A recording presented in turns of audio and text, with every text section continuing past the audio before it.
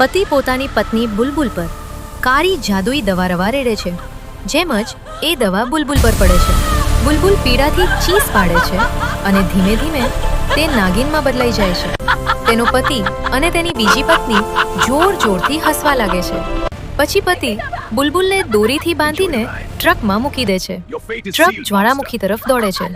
જ્વાળામુખી પાસે પહોંચીને પતિ બુલબુલને ઉકળતા લાવામાં ફેંકી દે છે અને બંને ફરીથી જોર જોરથી હસે છે.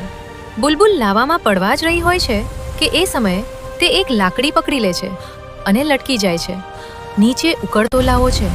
તેનો હાથ ધીમે ધીમે ફિસલવા લાગે છે. એ તરફ પતિ અને બીજી પત્ની પાર્ટીમાં જઈને બિયર પીતા હોય છે અને મજા કરતા હોય છે. અહીં બુલબુલનો હાથ લાકડી પરથી વધુ ફિસલવા લાગે છે. મોત નજીક આવી રહી છે. એ જ સમયે ભગવાન બધું જોઈ રહ્યા હોય છે. ત્યારે પ્રગટ થાય છે.